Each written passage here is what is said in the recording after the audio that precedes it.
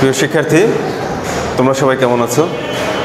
আশা করি সবাই ভালো আছো। বর্ণমালা আদর্শ উচ্চ বিদ্যালয় ও কলেজ কর্তৃক আয়োজিত অনলাইন ক্লাসে তোমাদের স্বাগতম। তোমাদের সাথে আমি আছি জিএম হাসিব, সহকারী শিক্ষক, ব্যবসায় শিক্ষা শাখা।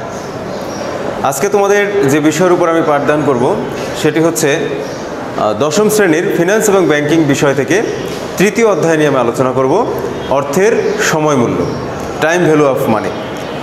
এই অধ্যায়টি একেবারে নতুন অধ্যায় নয়, এটি নবম শ্রেণীতেই তোমরা এই অধ্যায়ের উপরে বিস্তারিত আলোচনা শেষ করেছি বা তোমরা সেটা শুনেছো, সে সম্পর্কে তোমরা জানো।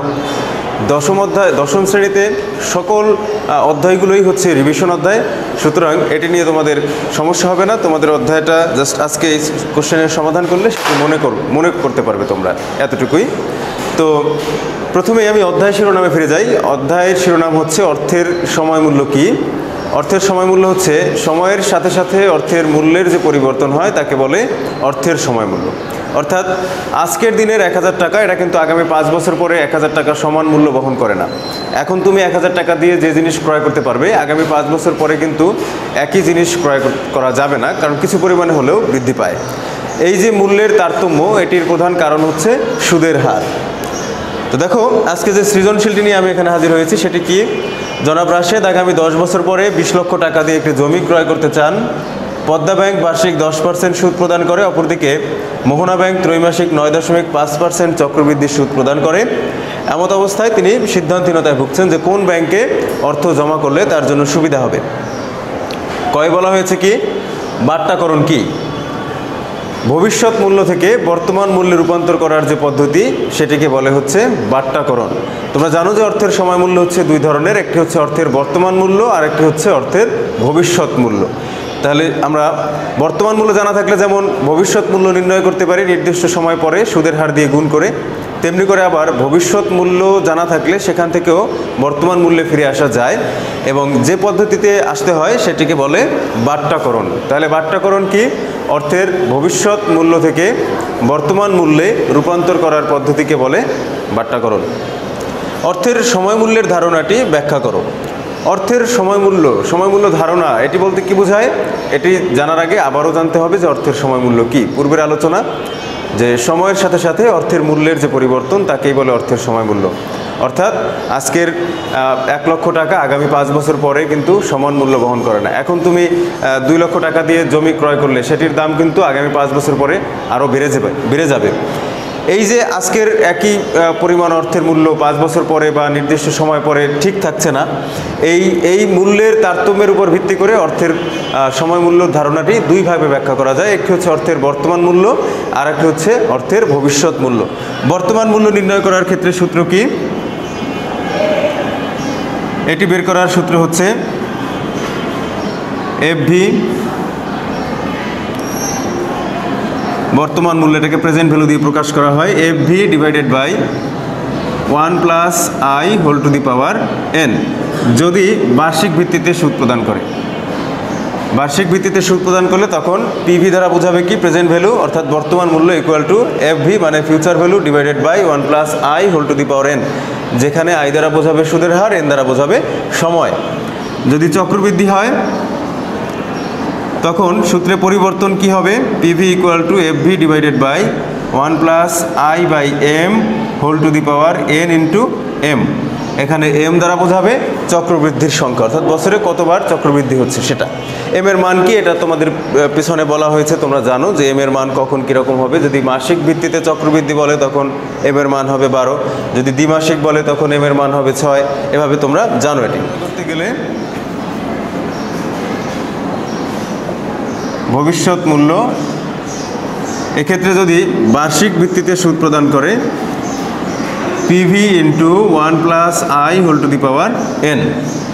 যদি চক্রবৃদ্ধি হয় সেক্ষেত্রেও সেম সূত্রে পরিবর্তন হবে কি?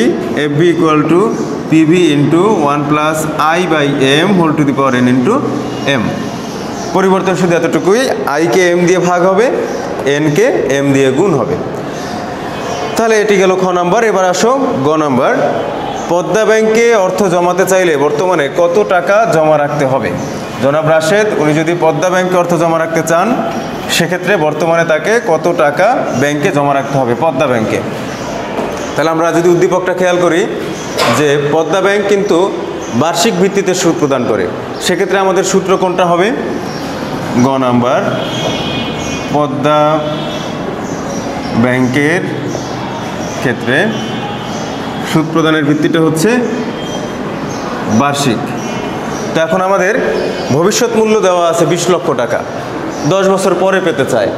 আজকে তাহলে কত টাকা ব্যাংকে জমা রাখতে হবে পদ্মা ব্যাংকে? তাহলে সেজন্য আমাদের নির্ণয় করতে হবে বর্তমান মূল্য বা পিভি। তো পিভি ইকুয়াল টু আমরা কি জানি? বার্ষিক সুদ হলে FV divided by 1 plus i whole to the power n. এখানে সাইড নোটে লিখে নিতে হবে পিভি হচ্ছে বর্তমান মূল্য, যেটি আমাদের জানা নাই। এফভি হচ্ছে ফিউচার ভ্যালু বা ভবিষ্যৎ মূল্য, কত টাকা? 20 লক্ষ টাকা। আই হচ্ছে সুদের হার, এখানে সুদের হার কত? 10%। এটাকে 100 দিয়ে ভাগ করলে 0.1। এন হচ্ছে সময়, কত বছরের জন্য উনি জমা রাখতে চায়? 10 বছর, তাহলে এনের মান হচ্ছে 10। এবার আমি যদি মান বসাই, এফভি এর জায়গায় বসবে 20 লক্ষ, 1 যোগ আই এর জায়গায় 0.1, এন এর জায়গায় 10। এবার এটার ক্যালকুলেশন করলে একবারে হয়ে যাবে। 20 লক্ষ টাকা ভাগ দিতে হবে 1 প্লাস 0.1 ব্র্যাকেট ক্লোজ পাওয়ার 10। 7,71,086.57। 7,71,086.57, অর্থাৎ সে যদি পদ্মা ব্যাংকে অর্থ জমা রাখতে চায় বর্তমানে, তাহলে এটা একটু লিখে রাখি যেহেতু আমি মুছে ফেলবো। পদ্মা ব্যাংকে 10 বছর পরে 20 লক্ষ টাকা পেতে হলে তাকে বর্তমানে জমা রাখতে হবে এই পরিমাণ টাকা, 7,71,086.57। দশমিকের পরের অংশ ওটা না দিলেও চলবে, মূল যে সংখ্যাটা সেটি লিখে রাখলেও হবে।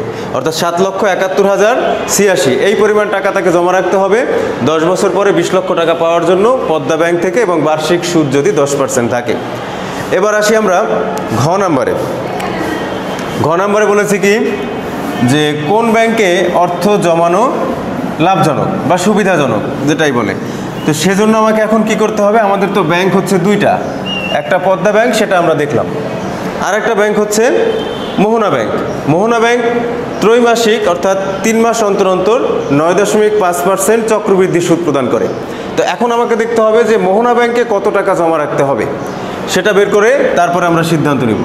তাহলে ঘ নাম্বার, মোহনা ব্যাংকের ক্ষেত্রে, এক্ষেত্রে সুদ প্রদানের ভিত্তিটা হচ্ছে চক্রবৃদ্ধি।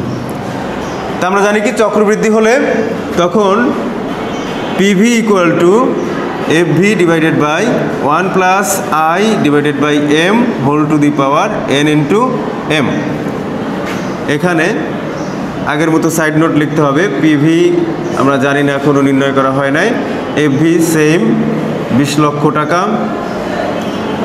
আই হচ্ছে সুদের হার, এক্ষেত্রে আমাদের কত পার্সেন্ট সুদ দিচ্ছে মোহনা ব্যাংক? 9.5%, বা এটাকে 100 দিয়ে ভাগ করলে, এটাকে যদি 100 দিয়ে ভাগ করি তাহলে আমাদের আসবে 0.095। আর কি এন, এন দরকার। এনের মান কত? এনের মান ওই আগের মতোই সেম, এনের মান হচ্ছে 10 বছরের জন্য অর্থ জমা রাখতে চায়। এবার আসো এম, এম এর মান কত হবে? চক্রবৃদ্ধির সংখ্যা, অর্থাৎ বছরে কতবার চক্রবৃদ্ধি হচ্ছে? 3 মাস অন্তর অন্তর। তাহলে 3 মাস অন্তর অন্তর যদি হয়, 12কে, বছরের মাস হচ্ছে 12টা, 12কে যদি আমরা 3 দিয়ে ভাগ করি, এম এর মান হবে, এম এর মান হবে কত? 3 4 12, 4। এবার আমরা মানগুলো এখানে বসাই। এফভি এর জায়গায় বসবে 20 লক্ষ, 1 যোগ আই এর মান হবে 0.095, এম এর মান আমরা 4, এন এর মান কত? এন এর মান হচ্ছে 10 ইন্টু এম এর মান 4। এবার একটা লাইন বাড়তি করতে হবে, কারণ ক্যালকুলেটারে অনেক সময় ভুল আসে। যদি এই গুণটা আমরা না করে নেই তাহলে সমস্যা হয়। তাহলে এই গুণটা আমরা পাওয়ারের গুণটা করে নিব। 20 lakh divided 1 plus 0.095 divided by 4 whole to the power 4 গুণ 10 গুণ করলে কত হবে 4 10 40। এবার একবারেই ক্যালকুলেটারে এটা করা যাবে। প্রথমে আমরা লিখব 20 লক্ষ, এরপরে ভাগ চিহ্ন, ব্র্যাকেট, ব্র্যাকেট কিন্তু মিস করা যাবে না, তাহলে ভুল আসবে। 1 প্লাস 0.095 এটাকে ভাগ দিতে হবে 4 দিয়ে, এরপর আবার ব্র্যাকেটটা বন্ধ করতে হবে, পাওয়ার চিহ্ন দিয়ে 40। তাহলে 7,82,120.02। ঠিক আছে। দেখো মোহনা ব্যাংকে তাকে কত টাকা রাখতে হবে? মোহনা ব্যাংকে 20 লক্ষ টাকা পেতে হলে 10 বছর পরে এখন জমা রাখতে হবে 7,82,120 টাকা। তা আমাকে বলছে যে কোন ব্যাংকে অর্থ জমানো অধিক লাভজনক। মনে রাখতে হবে যে নির্দিষ্ট সময় পরে টাকার অ্যামাউন্ট যদি সেম থাকে তাহলে আমরা বর্তমানে কম টাকা দিয়ে যদি একই অ্যামাউন্ট পাই সেটাই আমাদের জন্য সুবিধাজনক। আমার পদ্মা ব্যাংকে জমা রাখা লাগতো কত?